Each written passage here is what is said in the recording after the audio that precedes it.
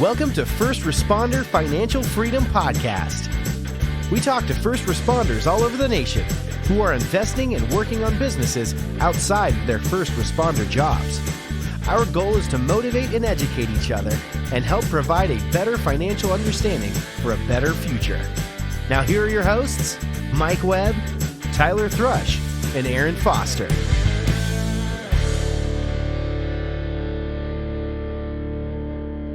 Hey guys, we're back. I got Mike, Tyler, me, Aaron, and obviously we have a new guest today, Bennett Grove out of the Midwest. Bennett is a firefighter or former firefighter.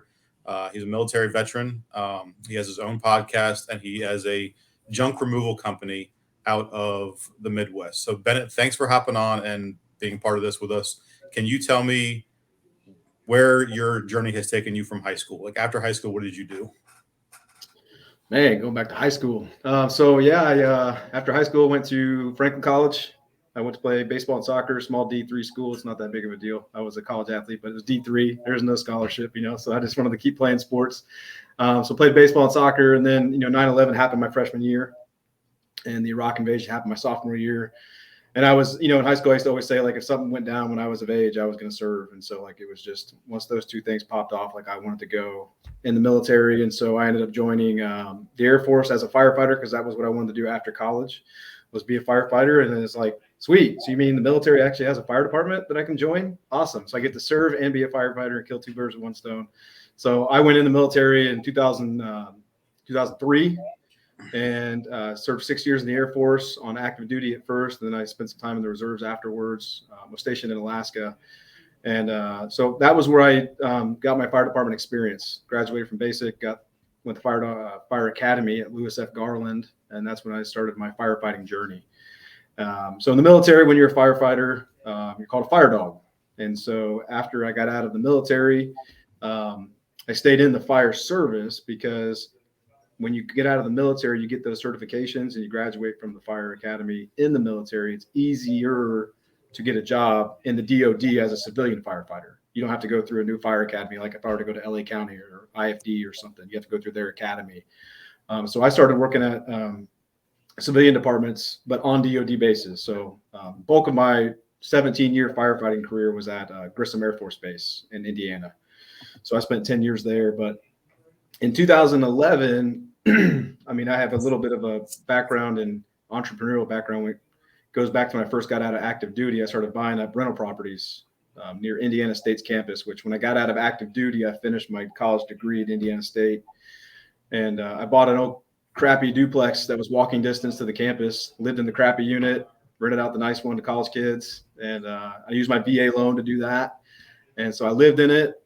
Fixed up the crappy unit with a couple of my buddies that I was in the guard with. And that was my first rental property, kind of my first foray into business. But I always knew I wanted to do business. I always wanted to be that firefighter that had a side hustle. That was I knew that at a very early age. So I thought it was going to be rental property, to be honest with you. But fast forward a little bit, while I was still finishing my degree, I was working at a airport fire department, full-time college student, and I was buying rental property and fixing them up. And by the time I went to graduate from Indiana State, I had 6 buildings and 21 apartments. And that was how I'd been the rental property business up to. And I ended up selling that to some guys local in Terre Haute and took that money, paid off some student loans, and started my first business, which is Dawgs Junk Removal. So that was the home services business that we started on days off from the firehouse with a buddy of mine, Aaron Tg at the time. He's no longer in the business today, but he and I started it together. We worked at the same fire department together. We actually served in the Air Force together in Alaska. So we started a business, and kind of the genesis of this business was when I was fixing up rental property, I could never get anybody reliable to come and help me with the tear out and the demo. And, so it was like a coin flip, whoever I called, if they were actually going to show up. And I'm like, just the demo? You didn't have problems with anybody else showing up? Back then, the rest of the trades showed up and they had availability back then, You're right. But, the 2008, there was a lot of availability, if you remember that time frame. So for some reason, there wasn't for demo because it was much too dirty or too hard to work. So I kind of just tucked away that nugget and I was like, man, maybe there's a business model here. And so when I sold my rental property and I got the first full-time job at a civilian fire department after graduating college, I was like, hey, that idea about starting a demo and junk removal business, that sounds like a really good one. And I thought I was like super original. And then 1-800 got junk. I forgot all about it. You know? All junk. It's like, where did all these junk guys come from all of a sudden? Yeah. So let's break this part up. You started off in the military. So then you used your military to find time to invest in real estate. Then you invested in real estate, and then you sold all the real estate. Then you started a business, and then you promoted the business. And you also have a podcast and a group that you run right now, which is called what? Firepreneurs?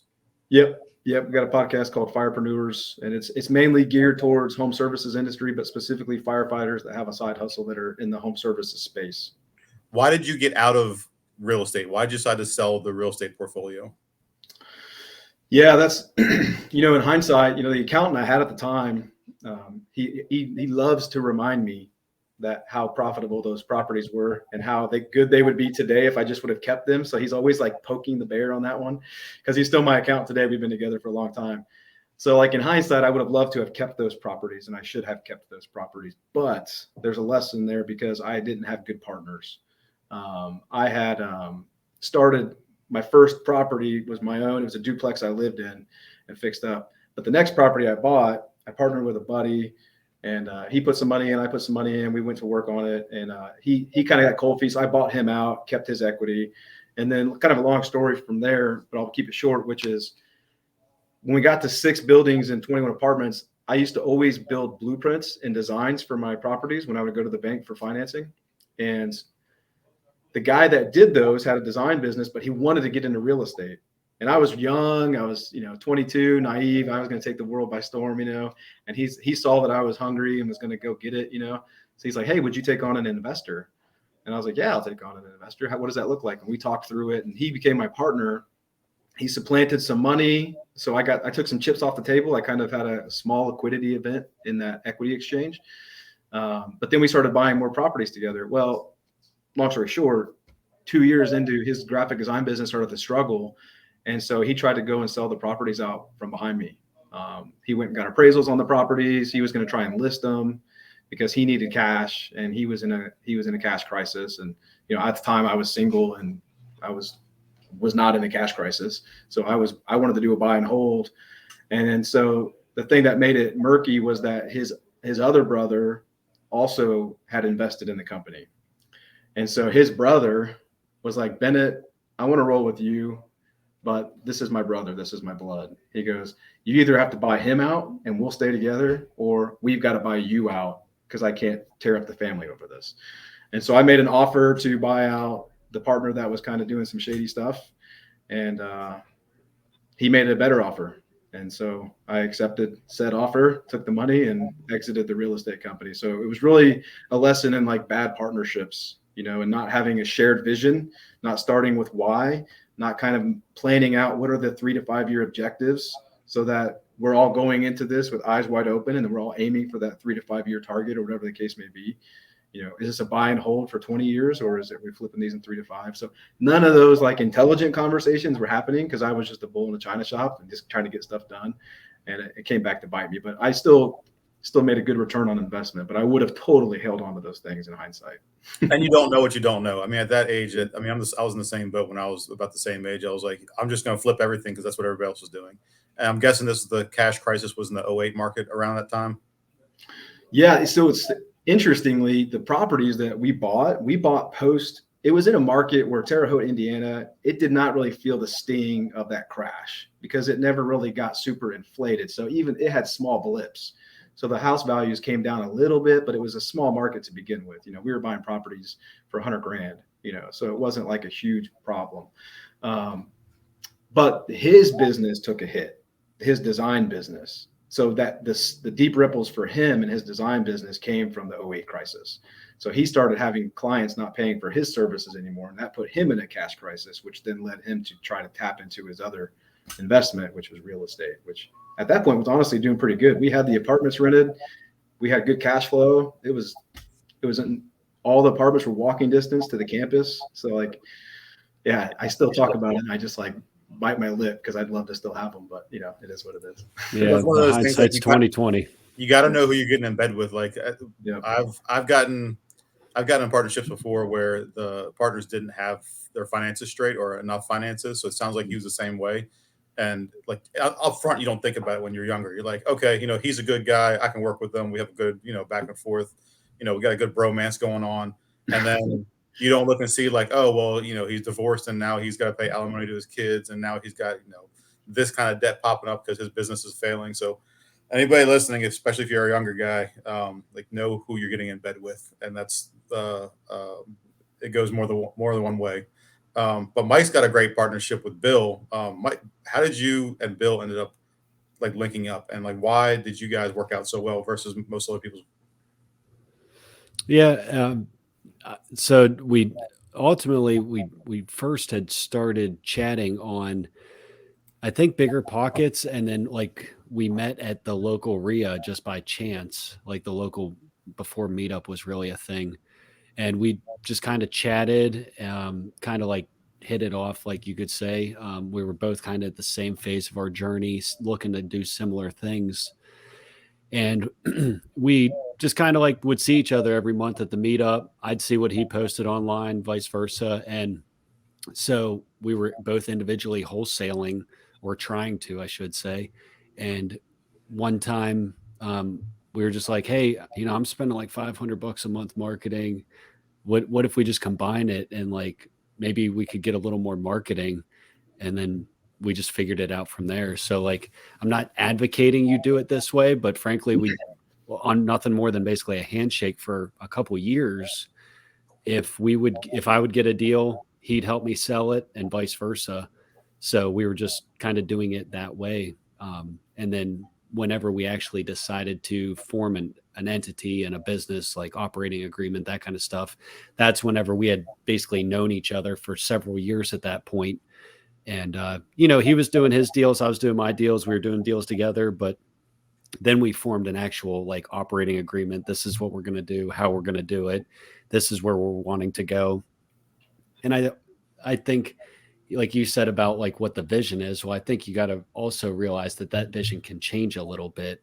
So, just frequently having those conversations once you do have a partner, and Right. don't letting things get built up. And, these guys know like our business has shifted a little bit. We were just looking to wholesale. Then we started flipping, then we bought a couple rentals, and now we're kind of shifting out of wholesaling and flipping, and we're purchasing commercial value add assets right now, primarily self-storage. So, but those have come from honest conversations and just evaluating where the partnership is, the business is, and where we're looking to go, and just making sure that you're still aligned, because very easily it could get sideways. So yeah, that's in a nutshell, like 9 years worth of Bill and I working together in some form or fashion. Tyler, have you ever had a partnership before? Yeah, the first couple properties I bought with two of my best friends, and we were young, we had no clue what we were doing. Two out of the three of us were in real estate, but it actually it ended well. We just didn't know what we were doing. We bought one in SoCal, it was actually a good property, and then we bought two more in Texas. Right, the two in Texas were literally right when the whole crash was happening, because we bought one. It's funny, we were waiting for the developer was supposed to give us like a bonus check for closing on time, which probably should have been a red flag. But we waited that out, and then we ended up holding on to it for years because we were underwater on the one in SoCal. The two in Texas actually did pretty well, but I've known these guys since we were in 7th grade, 9th grade, and we had no handshake, and we just toughed it out. We didn't lose any of them. We ended up selling all three of them at like modest profits. But that's really the closest I've come to a partnership. I'm not a huge fan of partnerships, even just because, so much can go wrong. Like, I like the deal by deal basis. That to me makes a lot of sense. And as far as long term goes, I've had so many people that I would like consider mentors or like friends tell me just, you never want to, well, not never. You don't want to look for it on a long-term basis. You want to go deal by deal. And if that deal by deal turns into something like that Mike and Bill have, then that's awesome. But for me, the older I get, I learn I kind of like to run on my own. So I have no problem partnering with people now. I just want to do it on a deal by deal basis. Bennett, when you sold all your properties in the real estate realm, did you ever think, I'll never partner again? Did you think, I'll take it into consideration? Like, what was your mindset? No, I'm very much like a positive and onward guy, so like I took that for what it was, which I got a cheap business class. I mean, I still made money on the deal. And so I looked at the experience and kind of like earned some stripes, and I looked back on it as like I learned a lot about business in that transaction. I had some good instincts, so we had an operating agreement in place, so that was what able to make the transaction happen smoothly. So there wasn't like any places for it to get like ill will, because like the buyout process was already kind of defined. But I learned a lot about like who to partner with, and so like I just chalked it up as a learning opportunity. But it didn't necessarily define my like I'm never going to partner with anybody again. But my next partner. When I started the services business, so when I didn't do real estate, but I did a services business, like I definitely remember that experience. And it's like, if I'm going to partner with somebody, it's going to be somebody who we have like shared goals, shared backgrounds, character, and and so that's why I started the business with my buddy from the military who worked with me at my civilian department. And even though that partnership it's not reached the finish line today, I own 100% of the business. He's not in the business anymore. It was still something that I drew on that experience, so that when I formed the partnership, we had operating agreements in place in the business, not necessarily day one, but we formed them as we went. But I had somebody in the business with me that was good character, integrity, similar parallels in terms of family values and things like that. So it was less of a risk for me. It didn't end my desire to have partnerships. Even today, though I own 100% of the company, and I've since gone through buying partners out twice now in two different businesses, I'm still not 100% closed off to partnerships, but I've just learned so much that I would have to really have the need put in front of me to have a partner. And like right now, based on what I know, what I've done in business for the last 17 years, where I'm taking the business right now, I don't need partners. But it's not that I would never do it again, I would say. All right. So, sorry, go ahead, Aaron. Yeah, you're confident in your abilities now and what you're moving forward with, and you don't see a need for it. Like I don't know if Mike and Tyler have either, but I've seen a lot of people offer me like, hey, if I give you money, will we partner? I'm like, well, I don't really need your money. Well, I'll give you expertise. Like, well, I've already got the expertise. Like, what are you bringing to the table that I need? Yeah, maybe if you're bringing like 40 million, and we can go take And down I some don't big think they stuff. realize that when they ask you, they're like, "Oh, hey, if you find a house, let me know. We'll partner on it." I'm like, yeah, sure. After that, I don't need you. Yeah. So Bennett, we kind of hit on the partnership thing, and I definitely kind of align with where you're at. Like I would not say no to a partnership. I don't necessarily need a partnership, but like I would consider all options, just do your homework. But as far as Fire Dawgs, can you kind of like boil that down? You're referring to it as a home services business. And I feel like this is one of those businesses, super awesome. Like we always talk about real estate. Obviously, we're kind of real estate heavy, but this is one of those businesses where I feel like the dude or the lady or whatever, the guy in the patrol car today listening to this episode can be like, I can't go buy a $3 million apartment building, but I'm already mowing grass or landscaping or whatever. I could probably go figure out how to do the dump trailer, pressure washing, gutter cleaning business, or kind of like what is Fire Dawgs? Because I feel like that type of business lines up pretty well with obviously this line of work.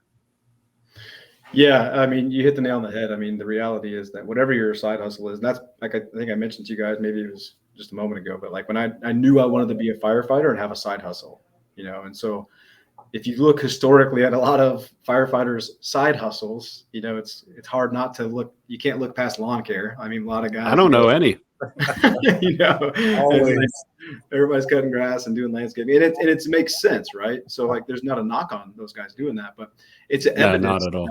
If you're cutting grass, like, hey, that's a side hustle. It's a way to make extra money, and it's a pretty simple exchange rate, right? I'm going to put in hours off shift, and I want to make some money doing it. So that's a side hustle. And junk removal is very similar in that regard. It's kind of a new business in terms of like the industry. It's a relatively new category. Brian Scudamore with 1-800-GOT-JUNK really is the guy who pioneered this industry category. But if you go look at NAICS codes, like junk removal is not even an option. So it's still new. Plumbing, electrical, those have been around. But junk removal is still relatively new. What is a NAICS code? It's a national North American industry classification system. So it's like what the codes you have to put in for like government contracts, things like that. So basically, like self-storage has an NAICS is how you spell this, right? NAICS code. So it's one of those things for anybody listening that has not heard that term. Basically, if you're into plumbing or storage or junk removal, that one doesn't apparently have one yet, but there's different codes and classifications for different businesses. That's all. Yeah, I should have slowed down there. Yeah, you're right. And No, then it's all good. There's different ones for the state that you're in. There's classifications for the country, like if you're trying to bid on like national contracts, but it's a good barometer to see the industry that you're in, what the opportunities are. So like for us as a category, there's not one for us. We're grouped into waste management, which waste management as a company is, that's a much different business than what we are. Waste management is going, doing route work. So it doesn't really define us. It doesn't really define our opportunities. So that's why I say home services, because that's where we mainly live. And so junk removal, what it is what my inspiration for doing it was demoing a house down to the studs, and clearing out all the contents. So like if you're taking out the cabinets, you're taking out the drywall, you're taking out the flooring, you got to tear that stuff down, throw it in the back of a trailer. In our cases, we use dump trucks, single axle dump trucks, and then you haul that off. But that's only like one service that we do.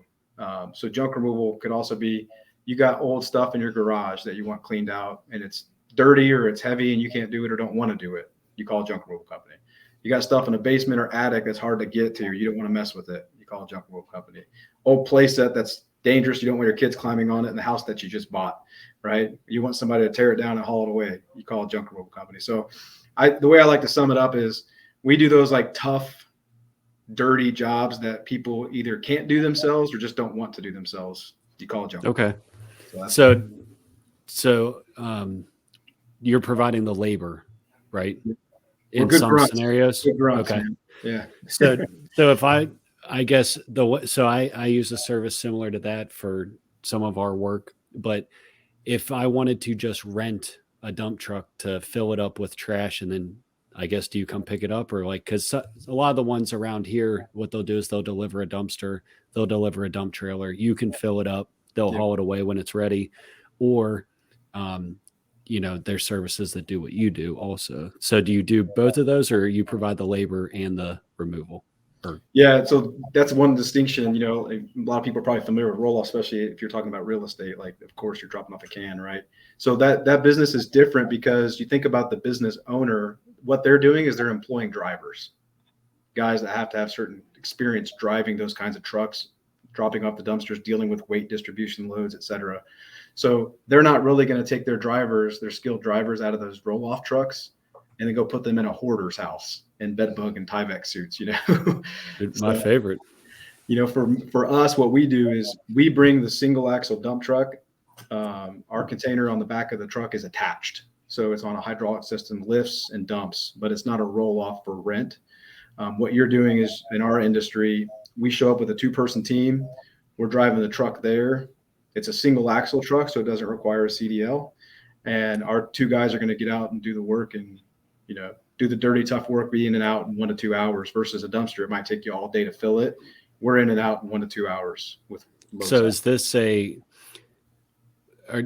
are you hiring 1099 type people or are these employees that you have?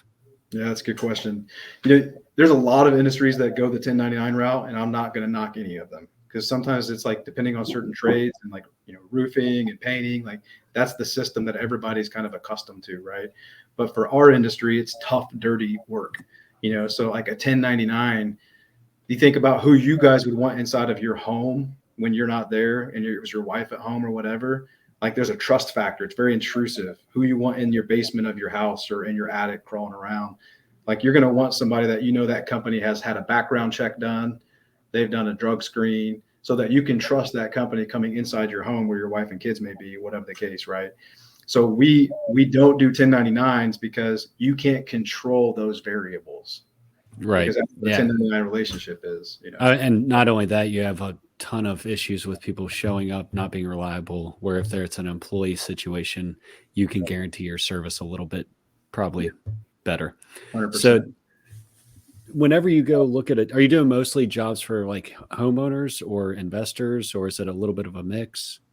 Yeah, we have about a 65-35 residential to commercial split, and what it looks like for us is like your residential stuff is like as described, your homes, your homeowners, what have you, right? Commercial for us is we do work with a lot of apartment complexes, property managers where they have tenant turnover.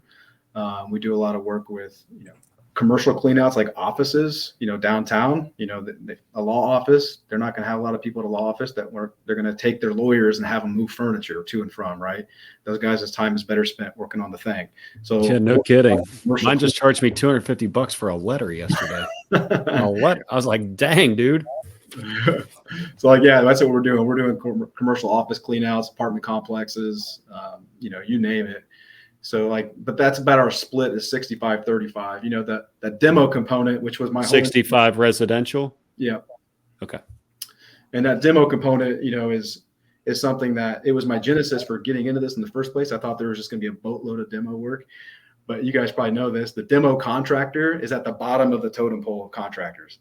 So they get beat up on price the most. And so I realized pretty early that was going to be a zero-sum game for me. So we demo is only about 10% of our revenue. We only work for like high-end remodelers mainly for the most part, because, and typically there's somebody that can come in a 1099 that can do it for a lot cheaper than us. So right. He has to blow in a tube to start his pickup truck, but you carry an MHIC license or a contractor license to be subbed out? Nope, not for selective demo and tear outs. Now, how about CDLs? Are you driving your own trucks, or are you hiring people who do CDLs? Yeah, we're non-CDL. So it's a single axle dump truck. So It doesn't hit any of the weight classifications to have a CDLB or a CDLA. So anybody in your company can drive these vehicles to and from the job sites? Yes and no. So like theoretically, medics can drive ambulances too, but then they hit stuff.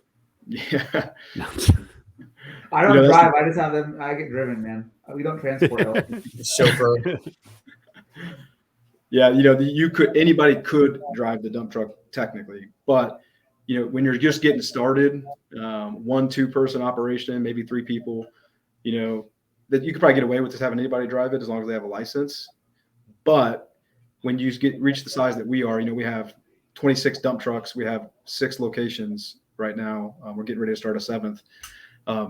So now insurance companies look at you differently because you got a bigger fleet. You've got 70 plus employees. So they want to see discipline in your safety procedures. They want to see. You have to have the sticker on the back that says "How's my driving?"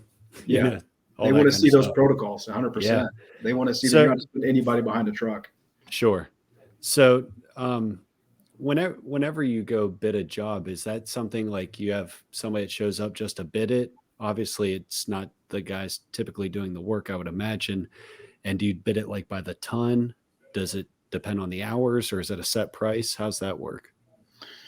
This is in the industry. There's everybody does it differently. It seems like I actually just spoke at JunkCon, which is the conference for junk removal. If you knew there was such a thing, there is. I just learned something. Yeah. Where is that at? It was in Raleigh, North Carolina.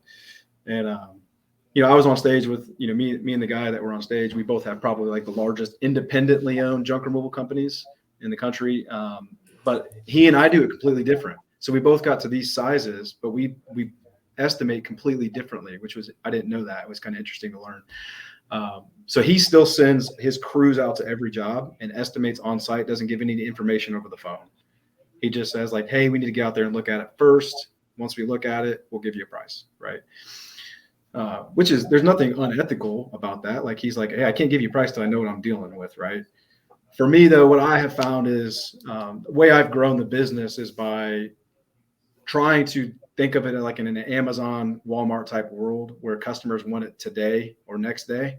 And so if you try to push out an estimate and then try to push out the job, like you're just kind of delaying and making a little friction there.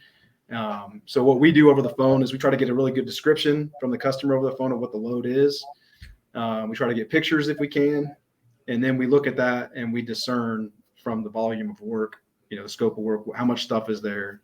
We'll give the customer a price range to expect over the phone. So is your price range based upon the size of the job, the amount of work you're doing, how many dumpsters you're going to need or dump trucks you're going to need? Like, how do you scope your work? It varies various ways. I would say bread and butter by and large is volume. So Okay. how much room the items will take up in our truck. So the trucks are 16 cubic yards. What is your load going to take up of those 16 cubic yards, right? Yeah. So then it's like fractions. So if you have 2 cubic yards, that's 1/8 of the truck. If you have 4 cubic yards, that's quarter of the truck. So volume. $1 per bed bug is what you're saying. Yeah. However many thousands of bed bugs you can fit in our truck all at once.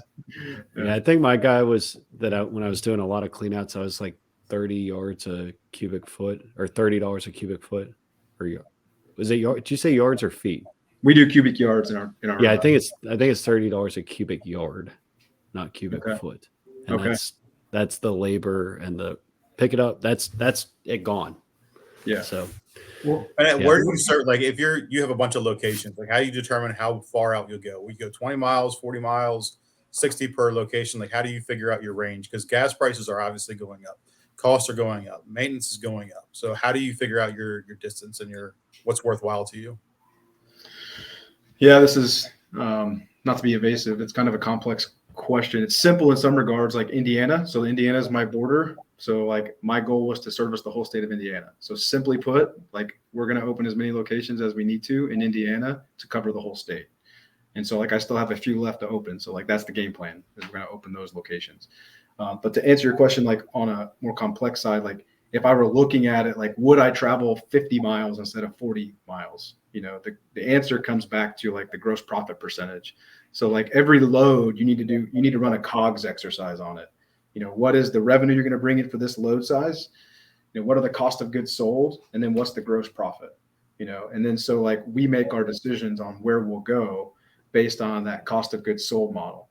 So if the fuel that you're targeting is 4% of sales on your forecast model, but on doing this one job, your fuel is going to be 2x. Well, then you kind of know that you need to have a fuel surcharge onto it, right? So like charging those trip charges or fuel surcharges to make sure that it still fits in the COGS model is how we determine, how far we'll go. Because, I always tell my team in the dispatch center, like when people call in, start with how can we, and then before we ever say no. Like, hey, will you travel 2 hours to do this apartment clean out? Oh, I'm sorry, no, we can't do that.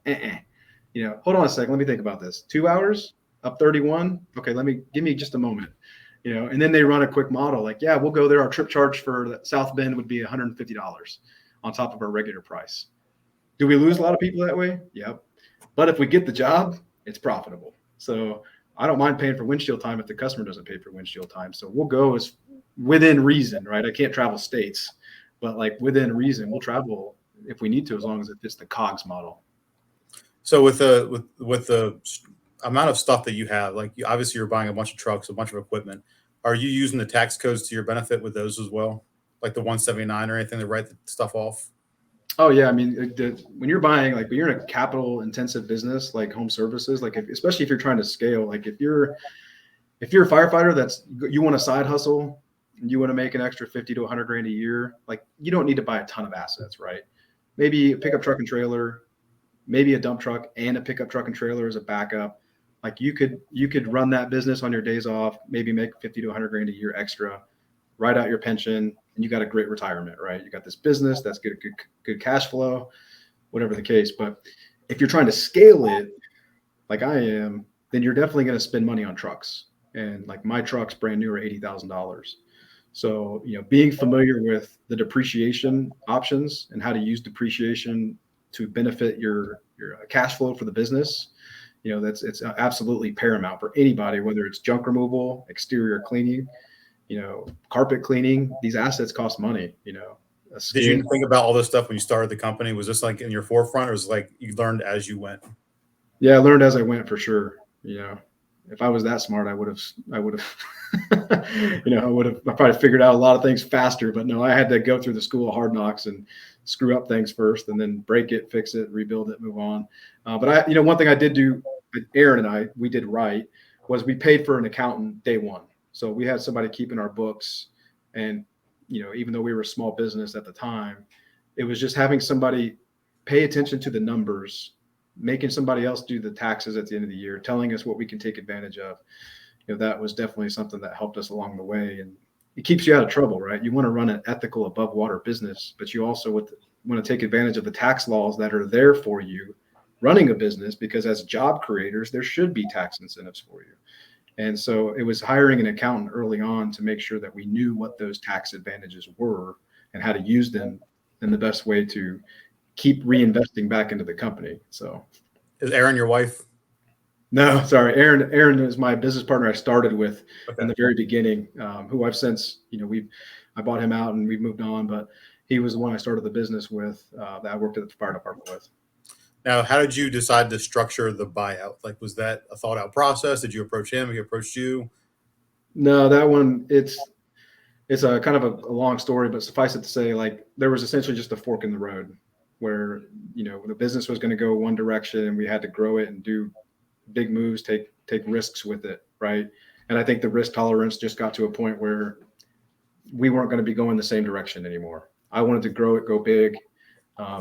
He just wasn't really ready to stay on that vision. And so we had an operating agreement, buy-sell agreement, and you have a buy-sell in a home services business in case, like, you're not just thinking about if you guys break up, right? You're also thinking about, like, if, especially as firepreneurs, where you're going to the fire service, like, you're thinking about what happens if the worst thing happens, right? And how's the business going to function without Bennett if he doesn't make it home from shift that night?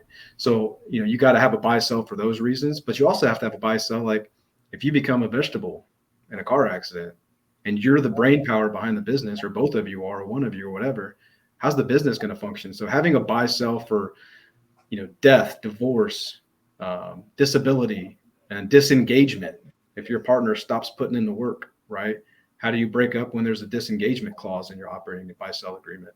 So we had those things in place. So the buyout process was pretty straightforward. It was a multiple on earnings, and it's pretty simple, pretty binary, pay up, right? So we structured it out. It wasn't like I had to pay a huge sum of money at the time. He was gracious on the exit to give me some time to pay that off. But yeah, the 4 Ds of business is what you're saying.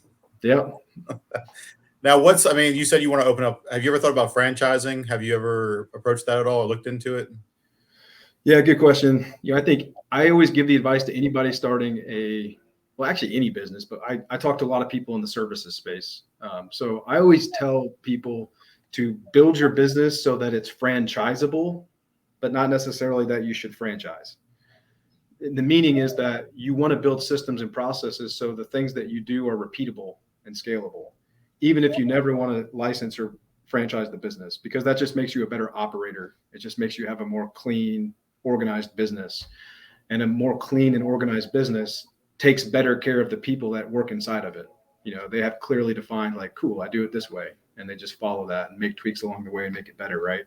So I always tell people to build it so it's franchisable. But no, I thought about franchising.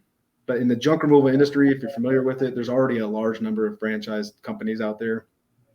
So it's like, you could franchise, but then you're just another franchise in a sea of franchises. So, like, you got to have a differentiator. And even though I think we do with the name Fire Dawgs, like, we could possibly build an opportunity for firefighters to run a junk removal business on their days off. Like, it sounds nice, but what I've learned in 11 years of doing this is junk removal is, even though it seems simple, it's not simple because it involves people. And when you start to scale a services business, you're scaling technicians, you're scaling managers, leaders. Like, it's not just as simple as, like, cool, you have a catchy name, firefighters on their days off, makes sense. I'll buy a franchise. Like, I wouldn't be comfortable selling a franchise if it sounded that simple, because that would just be snake oil salesman. I'm the kind of guy that I would tell you, like, hey, you better be ready to have some pain, because it's coming. You're going to have a year of pain before you get your momentum, and then you're going to get your momentum, and then you're going to have to take some risks. And then somebody, right when you have momentum, somebody's going to, they're going to get married and their wife wants to move to Alaska, and then you just lost your top guy. So, like, there's all these nuances, but yeah, no, I'm not franchising Fire Dawgs currently, but I have thought about it. I'm very familiar with it. So Tyler and I were talking about this before, and he's been looking into franchise stuff and how it operates, and if it's financially feasible and it makes sense. Tyler, have you looked into it any more, like into buying one of these businesses since we talked? Not a ton, because like to his point, I'm always interested. I mean, I'm looking at it in the fact that like what are they really providing that you can't do on your own? And like what I've been hearing from Bennett is I've been listening to what he's been saying, and it's like he's already thought it out. He's already figured out the way he wants to differentiate himself. All of his SOGs and SOPs sound like they've been, coming through experience. And yeah, you can buy that and through a franchise model, but at least in this arena, like I keep thinking less and less that it's of any type of benefit. Like I don't think I would want to buy something in the junk removal industry that's the franchise and just go with it. I kind of like what you're doing as far as the fire dogs, the history, the way you run your company, all these things. The more and more I think about it, and then like I said on my earlier comment about partnerships, it's like, well, I could do it, but I know myself, I kind of want to do things my own way and have my own process. And it was interesting just listening to the way I was listening to what you're talking about, like single axle. I'm like, oh, okay. Probably doing that for insurance, CDL reasons. When you were talking about your phone process, you said that you wanted to get a quote right away. You're not pushing things off. For all of us who are doing marketing for, real estate, it's the same thing. You need to answer that customer right away. You need to make sure that you have some type of engagement to where they stop contacting your competitor. And if you do that for you, it's a quote. For us, it's an offer on a home, or at least setting that appointment. A lot of the skills that we've learned in real estate, I feel like I've already transferred. I just am very interested in maybe there is, and Aaron and I were talking about this yesterday, maybe there is that franchise model to where I'm like, wow, this makes sense. I have to do it. But as of yet, I have not found that. So I've looked at a bunch of franchises out of curiosity to see how their operational goes. And a lot of times you're buying a job, you're not buying a business. So it's like I already have enough on my plate doing X, Y, and Z. Like I don't want to buy another job that I got to step into and manage and run and blah, blah, blah. So anybody listening, like if you're looking at doing something like starting a business, expect to have another job on top of what you're doing on your day to day. So unless you're buying something that's operational, I think it was Kyle Robertson was posting about this recently, one of our former podcast members. And he said, he's like, I'm looking at buying this business. What can you guys tell me about it? And people were like, basically, you're buying a job, dude. Like you don't want to, like, unless you have somebody in place to run it for you, then you're adding stuff onto your plate, which you don't want. So Bennett, my hat's off to you for growing this business as much as you have and getting as many franchises you have since you started this thing. Locations. Location. Like you're basically going to own the junk removal of Indiana. It sounds like you're taking over that market. Is that your plan? Yeah, I think for sure. Like to answer your question quickly, yes, Indiana. I want to have a location in every city in Indiana so that we can service every customer with no trip charges and just be like, hey, can you come here? Yep, we'll be there tomorrow. So like the idea is like continuing to build that brand awareness within the state of Indiana and be that like household name, and so be that the differentiator, because a lot of the franchises won't go to smaller cities inside of the state. So like College Town, Indiana University, Bloomington. Nobody's going to buy the franchise there because the market's not big. But for us, it's only an hour away from our headquarters. So we can have a satellite location there, create an opportunity for somebody to have, career upside, become an ops manager, given other earning potentials. But we can service that market and have a location there, whereas somebody's not going to buy a junk removal franchise there because the opportunity is not big enough. So in other words, the investment would be the same. You got to buy the same truck. You got to have the same processes, but it's not the same as buying a franchise in a population that's 500K to 1 million versus 100K. So like us going in the whole state, it just makes us more competitive and allows for us to have a differentiator against the franchises. But to your point, like earlier, I think it was you, Aaron, that said it, or maybe it was you, Tyler, but like you are, when you buy a franchise in the home services space, you are buying a job for a while, unless you have deep enough pockets where you can bring in and from day one have like a general manager who is also got skin in the game and is going to stay. And he can't, he's not going to like break the agreement and leave. But like you need somebody to go be that leader. And that's what all home services companies really come down to, is leadership. If you don't have a leader in the field, you don't have a leader in the office, you don't have a leader at the helm, like that business will flounder until it has leadership. And so like when you're buying a franchise, if you're going into it thinking you got them watching Michael Keaton on The Founder and you're going to buy a McDonald's franchise, it's just going to spit out cash like it's crazy. Like it's just not going to happen. You got to have leadership. Even if you're the investor, that GM that you pick had better be a bona fide leader ready to rock, because they got to go get dirty. They got to go dig in and build the team. And then when you do get the team, you got to keep the team. And how do you keep the team? You got to give them growth opportunities. If you just think you're going to run a 1-2 truck operation and these guys are going to come work for you for the rest of their careers doing lawn care or junk removal with no career upside, like, would you do that? Not me.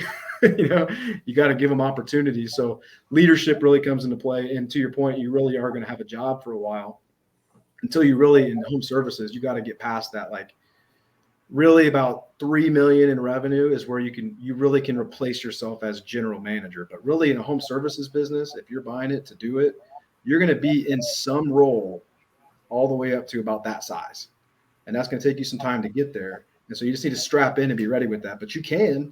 And I know plenty of guys that have done it in the franchising space by buying a franchise in a big enough market. They built $10 million franchise locations, and they were off the trucks. They were out. They were not the GM anymore. And they were at that point an investor in the business collecting a return, but it took years to get there. And they had to go in all those positions first, if that makes sense. Yeah. I think of Shaquille O'Neal ended up buying 55 guys and 20 burger, whatever, all the business he owned, but he had enough money in his pockets to pay somebody to run each one of those businesses. So he didn't step into it and have to take over the operational aspect of it. How do you determine at what point will you expand your franchise? What's the next one? Is it a demand for the services? Is it a cost? Is it the wear and tear on the vehicles of the distance you're going? How do you determine how to expand and when?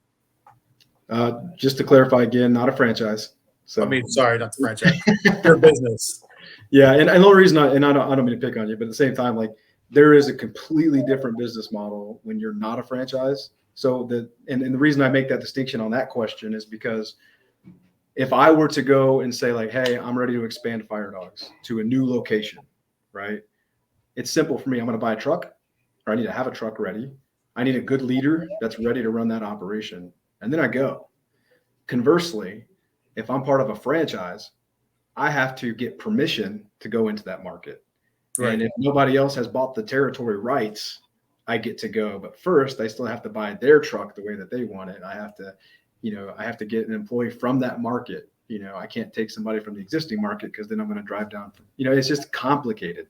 So the good news is when you own your own company and you don't have a franchise system, one of the pros is that you can pick and choose where you go, based on your growth strategy. And so for me, how I choose where we go next is right now, I've kind of given you some insight into this with Indiana, is we're going to keep going to the cities in Indiana until we achieve that goal of tackling the whole state. But for me, growth opportunities outside of Indiana include, Cincinnati and Louisville, each of which are within 2 hours driving distance of our headquarters. So in Indiana, one of my locations is in Fort Wayne. That's a 2.5 hour drive from headquarters, but it's in Indiana and it's one of our thriving locations. So then it's Cincinnati and Louisville are only 2 hours away. We're already going to Fort Wayne, which is 2.5 hours away. So those to me are low hanging fruit. Once we get the right leader, we're ready to rock. Next thing you know, you can justify the Fire Dawgs airplane. Go to location to location. So what is the downside to this business? We're talking about all the good stuff, the growth, but what is the stuff that's made you be you know what, maybe I should just fold this up and do something else? The things that make you go home and curl up in the fetal position and suck your thumb, those things. Yeah. I tell you, anybody in home services has had one of those days where, you're grinding your teeth at night or you wake up. I would say anybody in any business, if you're the business owner, has had that kind of day. Yeah. And I'm no different. I don't know about you guys, but I'm no different. I've had some 100%. Like I told Seth, I was on Seth Teagle's show. I told him, I said, I bet there's days, because you always hear the must be nice, right? Must be nice, blah, blah, blah. Yeah, well, they're not there whenever it must be nice to be, getting this served with this, or, just the things that happen as a business owner. So I just am curious because I don't know much about the home services business, but you're not alone. We all have those days still currently. So just curious what it looks like in that world. Yeah. It's, I always call it the highlight reel. you see on Facebook the highlight reel, how good it is. Must be nice, as you put it, right? But nobody sees one of the guys, business mentor of mine says, you drink the wine, but you never see the crushing of the grapes. And that's what it's like. That's good. I've never heard that.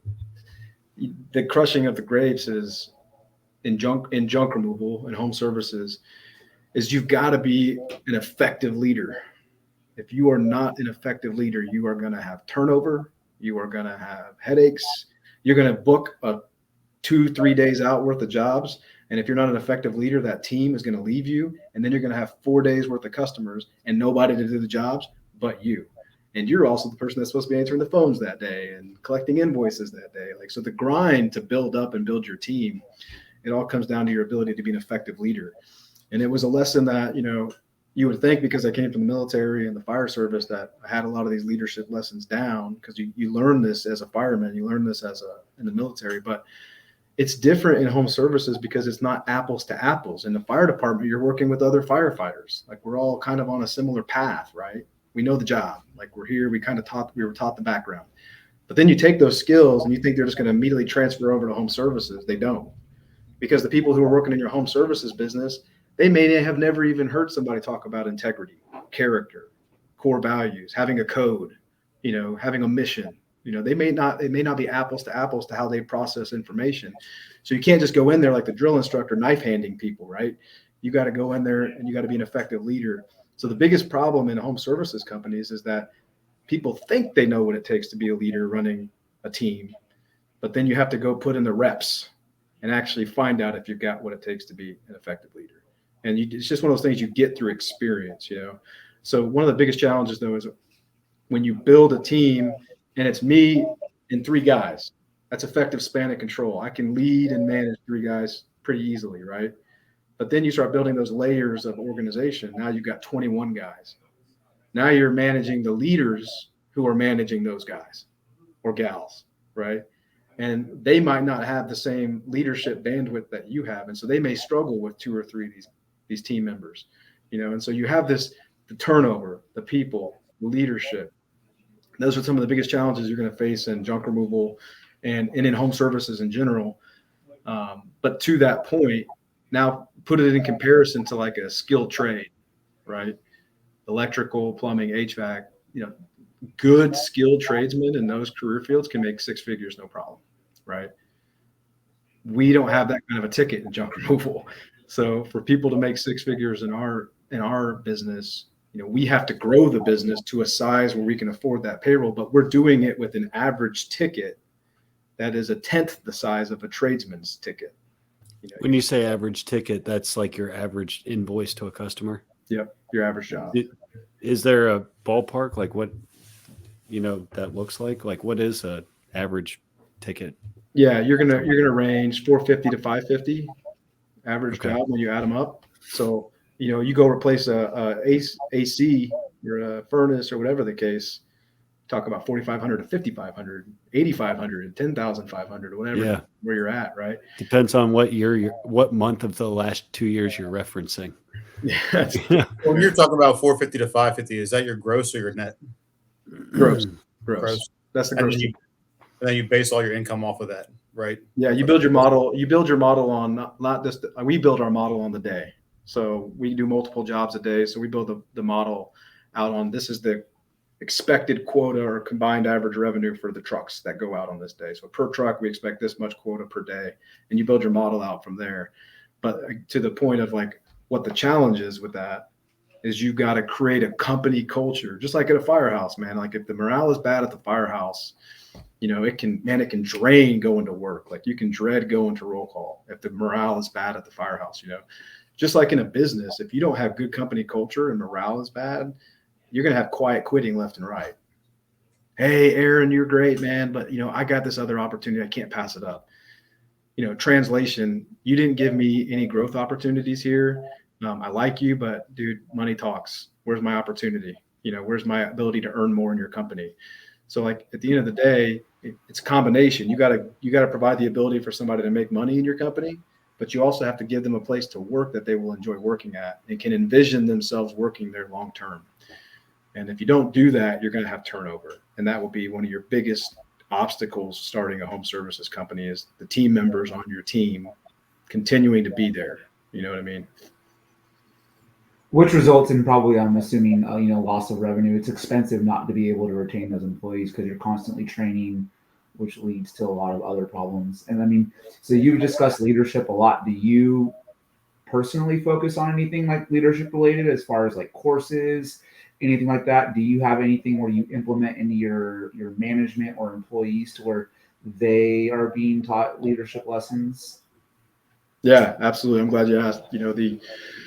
One of the things I changed in the company, and I didn't see this as much in the fire service as I would have thought that we would, but, every single team member today in my company, we have a probationary period. So the firefighters out there will appreciate that. The probation period is 4 weeks. So if you don't work out in 4 weeks, it's just a clean break. No company policies. You just like, hey, this isn't going to work out. We have a 4-week training period, but the training period past 4 weeks is another 8 weeks. So it's a 12-week training program for somebody that comes in day one. In their first 4 weeks, they're going to get taught the Fire Dogs way. They're going to go out in some trucks. They got some tasks they have to complete each week. It's a checklist. They get assigned a mentor who helps them get those tasks done. And in the first 4 weeks, every team member has to read or listen to Extreme Ownership. The next 4 weeks, every team member has to read or listen to The Dichotomy of Leadership. And then the next 4 weeks, everybody has to read and listen to Chief Lasky's book on pride and ownership, because I want them to understand where some of the roots and traditions about the fire department come from. And I think his book does a good job of conveying that. So that way the team member has a read on what our style is going to be like. So they got some Jocko and Leif, and then they got Chief Lasky. They have a pretty good read on the culture. But what I've really done at that point is I have indoctrinated in all of them that if you're going to work in this junk removal company, you need to throw out your perceptions of what it is to work in a junk removal company. And you need to strap on that you're here to grow and learn and become better. And so that's our mission statement, is build leaders and pursue growth while providing award-winning service. How many people are working for you right now? 73 company-wide. And you're growing? Oh, yeah. Yeah. How many people do you expect to hire in the next year projected? Tough to answer because I'm at a stage in the business now where I'm doing some acquisitions too. So as far as growth goes, when I left the fire department and went full time in this business, it was September 11th, 2020 was my last shift actually. But we closed that year. We grew 100% year over year for the next 2 years, because my intense focus was now on this business, as opposed to half my focus is on the fire department, half my focus is here. And so we grew 100% year over year, and we were just named Inc. 5000 fastest growing companies. We were number 1815. And so Congratulations. That's big. Yeah, that's awesome, man. Yeah, I appreciate it. And so now when you start to build the business, it's 11 years, right? It wasn't overnight. It was like 11 years of grinding. Yeah. No, definitely overnight success. Yeah. That's what everybody thinks, right? That's what they think, man. Because it must be nice. Overnight in 10 years, Yep. So. Bennett, if you were looking at acquisitions, like say Tyler had a company, I had a company, Mike had a company, and you were like, let me take over their companies, let me acquire, let me approach them. How do you determine who you want to approach, how you want to look at their numbers? Like how do you market to them? Yeah, good question. So the last couple opportunities have actually come to me for people who were kind of like waning out of the industry, kind of like, hey, got into this thinking one thing. Some of them actually are good business operators that just realize like, hey, I'm a good business operator, but I don't want to go hustle for $450 to $550 a job. I'm going to go run a concrete business instead, where the average ticket's $15,000, right? So now I need to get rid of my junk removal company. And so like that was one of the last opportunities. And so when he came to me, I was like, okay, what's your team? Because you're not going to be there. Who's my leader? Do I have a leader? If I were to come in and acquire your business, what is the leadership look like? And so like the first thing I'm going to look at is what is the leadership on ground of the business that we're looking at? Because to me, if you were to tell me what would you do to go start a new location? Who's the leader that's going to run it? That's the first question I always am looking for. Second thing is, if it was a business that we're talking about acquisition, like what's the reputation? If you go on the reviews, you can find out when somebody's buying 5-star reviews versus when they're getting authentic 5-star reviews. And so I like to go and read the reviews and see if it's legit and see if the company has good reputation You can find out some of their systems and processes just by reading reviews a lot of times. And then when we dig into the financials, like that's where the rubber meets the road in terms of what you're going to pay for it. So you're looking at what's top line, what's bottom line. Bottom line, you're looking at EBITDA, so earnings before interest, taxes, depreciation, amortization. So in this industry, typical standard is 3 to 5 times EBITDA. That's what you're going to pay for a home services company. If you're buying a sound company that actually has financials, there's the rub. Is like a lot of times guys are doing this as a side hustle. They're not paying an accountant. They haven't had financials prepared and who knows when, so if a company does have financials, that makes it actually easier to buy them because then you can give them fair market value. A lot of times though, guys are just like, my business is worth this. I'm not selling it unless you pay me this. And I'm like, yeah, man, I'm not buying it then. So because that's expectations, and that's what EBITDA does and financials do is they make sure everybody's playing the same game and looking at the same information. But when they don't have financials, it's a lot of times it won't work out because there's just too much emotion, in the brand and the value and what have you. I just had somebody offer me one of their businesses for sale, and it was like $250,000. And I was like, okay, so show me what kind of assets are coming with this. Mm-hmm. And it was like, well, I can buy that at auction for $5,000, but you have it valued at $35,000, $40,000. Like, you have to look at the assets that come along with it for the business that I was looking at. It's like your emotional attachment to this business is worth more to you than financial attachment for me to buy it. So I get it. Like there's a intricate part of it. One of the things you said was buying reviews. I don't think a lot of people realize like you can go on Amazon or eBay or Yelp or whatever it might be, Google, and you can pay somebody to leave you a 5-star review, or you can call your friends and have them leave you 5-star reviews, and they never actually like mingled with you or worked with you or whatever. I just got a text from another friend of ours. He was like, hey man, can you leave me a 5-star review? And I was like, I haven't responded yet, but I'm like, I haven't used your service yet. I mean, I'll help you out because I know you're a good person, but like, I just feel a certain way about that. You go on eBay right now and get followers on Instagram. So if you go on somebody's Instagram and they've got, 500,000 followers, and then they're all like in the Middle East and none of them talk English, like, I don't really think that they're true followers. But you've got like 1,600 reviews on your company. Is that about right? That's the Indianapolis location. Yeah. Combined, like all the locations combined, we have like close to like 3,000. That's amazing. Like it's hard to get people to leave you a review, let alone a 5-star review. There's only 2 people going to review, the 5-star and the 1-star. So you always push to get the 5-star. Like, hey man, if I give you a good service, please leave me a like, follow, a share, and everything else we do here. So, but I'm guessing that's not by accident, right? Like if I'm kind of know the answer to this question. Do you have a process after the sale or after the job is completed to get a review? 100%. Yeah. I mean, here's the trade-off is like, this is where it can get murky is like, your buddy that hits you up, I'm not judging him if he is listening or anything, by the way. But like, when you were asking me like in the scope of like reviewing a company for acquisition, like I would just read the reviews I want to sift through and find the ones that are legit. You know what I mean? And so similar with our business, I do have a process for getting them, but we try to do it very passive in that we don't want to push customers to do it. There's no kickback. There's no like making you feel uncomfortable to give me a review.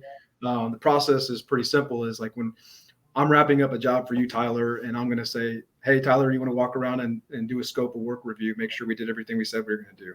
And then you're like, hey, looks good. Everything rock and roll. I'm like, cool. So here's payment upon completion. Here's our app. Let's process payment. You give me your credit card, and then payment goes through, right? And you're like, hey, great job. Thanks, guys. I say, yeah, absolutely. Appreciate you. But hey, here's one more thing before we leave. Here's our customer loyalty card. We punched it for you. 5 of these, you get, a redemption for a free service. On the 6th service, you get $150 credit or you get a free service, right? So that's our customer loyalty program. And then the last thing I'll give you is a customer review sheet. And it's twofold. The top half of it says, if there's something that we could have done better, but you don't want to just tell me about it in person, this is the email to email us. We want constructive criticism. We want to be the buffalo. We want to go into the storm. How do we fix what we're not doing right? But then the bottom half, but if we did do a good job, I'm your crew chief today. My name is Bennett. Aaron was my helper. If we did do a good job, here's some outlets where you can consider leaving us a review. And we hand them a piece of paper. And then the job's done, right? So we're wrapping up and we're leaving it. And it's up to the customer at that point to then follow the process. But then one of the other things we do, that's the physical copy we give them. We also do a follow-up email that's automated from our CRM, customer relationship management tool. That's also the same thing. Like, how'd it go with the dogs? It's an automated email, but we write it in a way so they feel the authenticity, and it's not, we know that they know it's automated. We know it's automated. So we try to write it in a way where it's like, hey, we all know it's automated, but genuinely, how'd it go? What can we do differently? Right. And then the same thing, like top half, like, could we do something better? Please let us know. If we did a good job, consider leaving us an outlet here. And so those are things that happen because, ultimately that's what helps build your reputation, so those are part of our day-to-day procedures. Nice. So we're about an hour into this thing. So let me wrap this up with a couple of questions, unless Mike and Tyler have anything else you guys want to highlight or ask. No, Bennett's clearly running a much bigger operation than, like two dudes in a truck type operation that I'm familiar with. So I don't think I've ever been asked to leave a review or a survey or a loyalty thing. So no, man, it's before Aaron gets to the final stuff, just like super awesome. Like I know everybody on here is a big like fan of extreme ownership. I've been to the muster, like I'm definitely into that stuff. And it's cool to see the segue from like that life into this life, and just like how, because I'm sure like I could have you run a tanning booth business and you would probably make it successful, right? Like, because that's just the cloth you're cut from. And it's really cool to see your growth. And I'm excited to kind of see like whenever you get down to Louisville and Cincy and whatnot, because that's awesome and definitely is a testament to the work you've put in. So just really appreciate you sharing some time with us and kind of like peeling the curtain back on like what I thought was frankly like two dudes in a truck who's got almost 100 employees and 26 dump trucks and whatnot. So, but no, Thanks, that's all I wanted to say. But Tyler, if you got anything, if not, Aaron will hit you with a couple questions. No, it's the same thing. Just super impressed. Thanks for sharing some time with us. This has been really good. Yeah, I'm glad we got to make it happen. Yeah, I appreciate that, guys. And, I'm happy to have me on. And I definitely I want to give back to the career field that gave me so much, so that's why I like to make sure that any chance I get, I know you guys are supporting first responders, so any knowledge that I can share and hopefully give somebody some feedback on things they can do better in their business, happy to do it. So one of the things that we always talk about is systems. So I love the fact that you have so many systems in place and you have like a regimented way of structuring your business and you can repeat it and follow it. So people listening, if you're looking at starting a business or running a business, like keep in mind, like systems make your life easier. Repeatable tasks make your life easier. And then you can hold yourself or other people accountable. So Bennett, I got a couple questions for you. Sure. If you can go back and give your younger self advice, whether it be a year, 5, 10, 20 years ago, what advice would you go back and give yourself? Man. For sure, I got asked this question at Junk and I'll keep it simple because it was kind of the same thing. But pursue growth. Like that mission statement that we have in the business today, I should have been my mission statement day one. But that insight, I think, can be distributed to people at a much younger age if people who have knowledge share it. And so one of the things that I always tell our team members in the company is like, listen, whatever level you're in, whatever game you're in, whatever business you're in, fire department, whatever, master the level that you're in, learn the level above, and then teach the level below. And like that mentorship, if you can build that mentorship tree, that farm system, right? Then like, I feel like younger version of Bennett would have probably heard this advice from somebody at a much younger age. But, and this isn't to knock the fire service, but like sometimes we just teach the skills and how to do the thing in the fire service, but we don't teach that leadership component. But the thing that I learned the most from is once I stopped just learning from the people that were around me at the kitchen table. And when I went and started reading books like Extreme Ownership, when I went and started reading books about business, about personal and professional growth. And it's not just books. I think it's that pursuit of knowledge. Like basically you don't get to that point until you realize like there's a much bigger world out there to learn from. And so like once you get on the path of pursuing knowledge, like doors just open so much faster inside your head or just in life. And so going back to starting my first business out of the military, even real estate, I wish I would have stayed more hungry for knowledge, at a young age. Yeah, when all the teaching I've done, it's teach them and show them, have them do it with their hands, and then have them repeat it back to you. So it's very similar to each course that you have. So I think most people in our line of work, they need to have their hands on something, and when they truly understand it, they can teach it back to you. And then you have somebody who understands the process and the systems and whatever you have that you're working on. Last question I have for you is, I know you've got a family. Mm-hmm. Outside the family, what's your why? Why do you do this? Why do you push forward? Why do you own a business? Yeah. I'm a bucket of whys guy. I don't have just like one why, Okay. So like I need a different why for whatever I'm dealing with in life at that time, but of course, family first, that's one of our core values. So our core values, this isn't going to shock you guys, fire. In our company, our core values are fire. So family first, integrity driven, resilient, excellence in all we do. So like those core values, I chose those because those are kind of like my code as a man. So a lot of my whys can be answered with the core values, my family, but at the same time, like I'm in business, I'm not running a nonprofit. So I also have visions of trying to earn a certain degree of wealth. And I don't think there's anything wrong with that. If you want to be a philanthropist, roger that. Go make some money first so you have money to be a philanthropist with. Like you have to go build something sometimes to attain that wealth, so then you can go do other things in the world that you want to do. And so part of one of my whys of starting a business is to attain wealth. What I have found though is that it also satisfies a lot of my competitiveness. I was an athlete. I played sports in college. I mean, even in the firehouse, we would just a D3 athlete though. Remember? That's right. Just D3, no scholarship, just to be clear. But fire department, you guys probably did this. We had drills. I get timed. I always wanted to have the best time. Being competitive, like business is kind of one of those, it's a game, there's a lot to it. You got to be a good leader. You got to take care of people, but then there's also this inner competitor, and it gives you a playing field to be on. And I like that. I like to iron sharpen iron to compete. And sometimes the competitor is just yourself, So, but Facts. All right, Bennett, this has been a good hour and 10 of learning and breaking down business. I really appreciate you coming on with us. Mike, you got anything else you want to highlight? No, just I know we talked off air a little bit about your firepreneur group, so I know you got some plans coming up with that, but if you want to, feel free to share it with your group over there or send your group over here if it sounds like your path might be changing with that. So this is ultimately what we're trying to do, is just share information so that we can all kind of grow and win. So I just appreciate you taking 70 minutes out of your day to kind of do that for us and for the folks listening. So thank you. Yeah, appreciate it, Mike. Happy to. All right, Bennett, we'll talk to you here soon. Good, guys. Take care. Thanks. See you.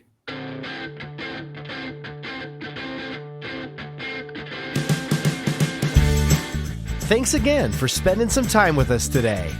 If you found value in anything you heard, please share with someone who may benefit.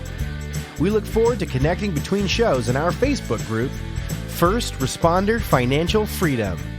Till next time.